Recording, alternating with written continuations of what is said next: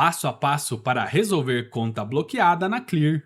Primeiramente, abra o aplicativo da Clear no seu celular ou acesse o site oficial. Digite o seu CPF e a sua senha de acesso para identificar a mensagem de erro na tela. Confira se aparece a informação de bloqueio por erros consecutivos na digitação da senha. Aguarde o prazo de 30 minutos caso seja apenas uma suspensão temporária de segurança. Clique na opção Esqueci minha senha ou Recuperar acesso caso você não lembre as suas credenciais. Abra a caixa de entrada do seu e-mail cadastrado na corretora e procure pela mensagem de segurança. Veja se o bloqueio foi motivado pela falta de atualização cadastral ou documento expirado. A Clear restringe o perfil preventivamente caso seu documento de identidade esteja desatualizado no sistema. Clique no link enviado por e-mail ou siga os passos do aplicativo para enviar as fotos do seu RG ou CNH. Coloque o documento sobre uma superfície plana